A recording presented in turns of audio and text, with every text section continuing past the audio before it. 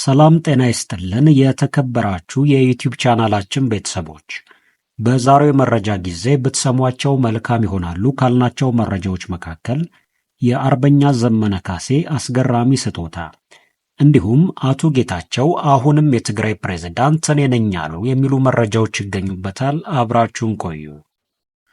በቅድሚያ በትላንትናው ዕለት ጠዋት ደብረ ማርቆስ ከተማ ላይ ኢንስፔክተር ካሳውን የተባለ የአድማ መከላከል አመራር በአንድ ጀግና ፋኖ መገደሉን መዘገባችን ይታወሳል። ይሄ ጀግና ፋኖ ከዚህ ቀደም መሃል ደብረ ማርቆስ ከተማ ኢየሩሳሌም ሆቴል ውስጥ አንድ ሚሊሻን እስከ ወዲያኛው በመሸኘት መሳሪያውን ይዞ ወጥቶ ለተክለ ሃይማኖት ብርጌድም አስረክቧል። እንዲሁም የሚሊሻ ጠርናፊው ሙሉጌታ የሚባለውን ካፍር በመደባለቅ መሳሪያውን ይዞ ወዳጆቹን ተቀላቀለ። በመቀጠልም በመቶ አለቃ አዲሱ አወቀ አስተባባሪነት ደብረ ማርቆስ አዲሱ ፍርድ ቤት ውስጥ ገብቶ 3 የእጅ ቦምብ በተከታታይ በመወርወር መጋቢት 24 2017 ዓ.ም ምሽት ላይ ከ10 በላይ አድማ መከላከል ሙት ሲሆን 3ቱን ቁስለኛ አድርጓቸው እርስ በርሳቸው እንዲታኮሱ ምክንያት የሆነ ጀግና ነውም ተብሏል። ይህ ጀብደኛ ወጣት ፋኖ በትላንትናው ዕለት መሃል ከተማ በመግባት የአድማ ብተና መሪውን እስከ ወዲያኛው ሸኝቶታልም ተብሏል። ታዲያ በዚህ ጀግና ፋኖ ጀብዶ የተደሰተው የአማራ ፋኖ በጎጃም ዋና ሰብሳቢ አርበኛ ዘመነ ካሴ የሽጉጥ ስጦታ አበርክቶለታል ሲል ፋኖ ኢንጂነር መንግስቱ ዘላለም መረጃውን አጋርቶናል።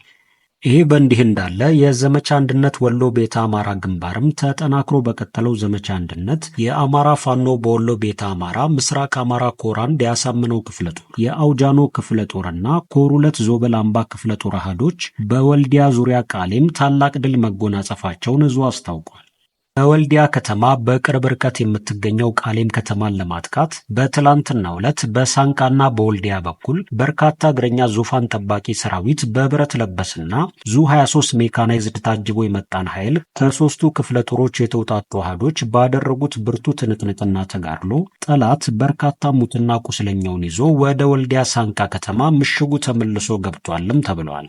የኮር አሃዶቹ አሳምነውና አውጃኖ ክፍለ ጦር አሃዶች የኮር 2 ዞብል ክፍለ ጦር አሃዶችን ቀጠና በመሸፈንና ደጀን በማድረግ ባደረጉት ተጋድሎ የአገዛዙ ኃይል ከፍተኛ አመራርን የደመሰሱ ሲሆን ሳንቃ ከተማ በከፍተኛ ተኩስ ታጅቦ የቀብር ስነ ስርዓቱ ተፈጽሟልም ተብሏል።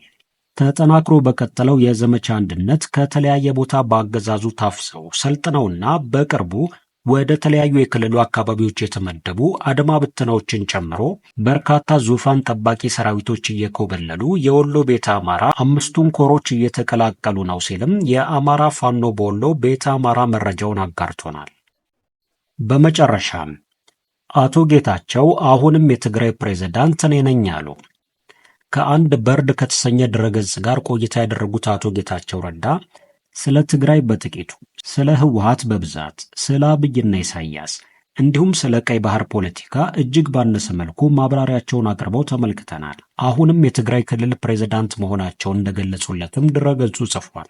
መንግስታዊ ሰነዶች ላይ እንደሚፈርሙ፣ አስተዳደራዊ ጉዳዮችን ካሉበት ሆነው እንደሚመሩ የገለጹት አቶ ጌታቸው በአሁኑ ወቅት በውጭ ሀገር እንደሚገኙና በቅርቡ ወደ ኢትዮጵያ እንደሚመለሱም ገልጸዋል። ይሁን እንጂ ወደ ትግራይ ቢመለሱ የደህንነት ስጋት እንዳለባቸውም እንዲሁ።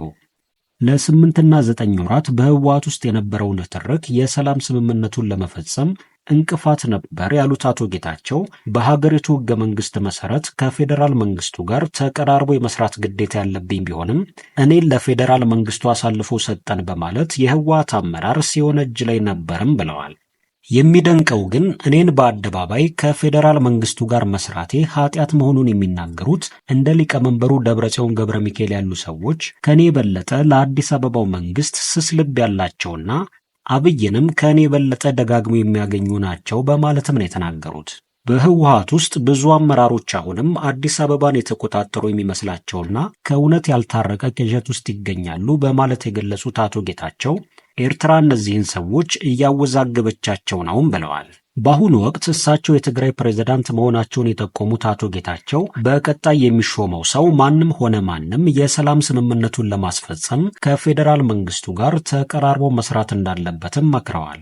ነባሩ የህወሓት አመራር አሁን ላለው ቀውስ ሁሉ ተጠያቂ እንደሆነ አውቆ የእርሱ ዘመንም እንደተጠናቀቀ ተረድቶ የትግራይን ችግር ሊፈታ የሚችል ነባር አስተሳሰብ እንደሌለም ተገንዝቦ ለአዲሱ ትውልድ ሊያስረክብና ለትግራይ ህልውና ለተዋደቁ ወጣቶች ቦታውን ሊለቅ እንደሚገባም በአጽንኦት ገልጸዋል። ጠቅላይ ሚኒስትር አብይ ስለ ባህር በርና ስለ ቀይ ባህር ሲናገሩ የኤርትራውን ፕሬዝዳንት ታስበርግገዋቸዋል የሚሉት አቶ ጌታቸው ረዳ የትግራይን ሰራዊት ተጠቅመው የኢትዮጵያው መሪ ያጠቁኛል የሚል ስጋት ነበራቸው። ሰራዊቱ ትጥቁን እንዲፈታ ሊደረግ ይችላልም ብለው አልገመቱም ነበር ይላሉ።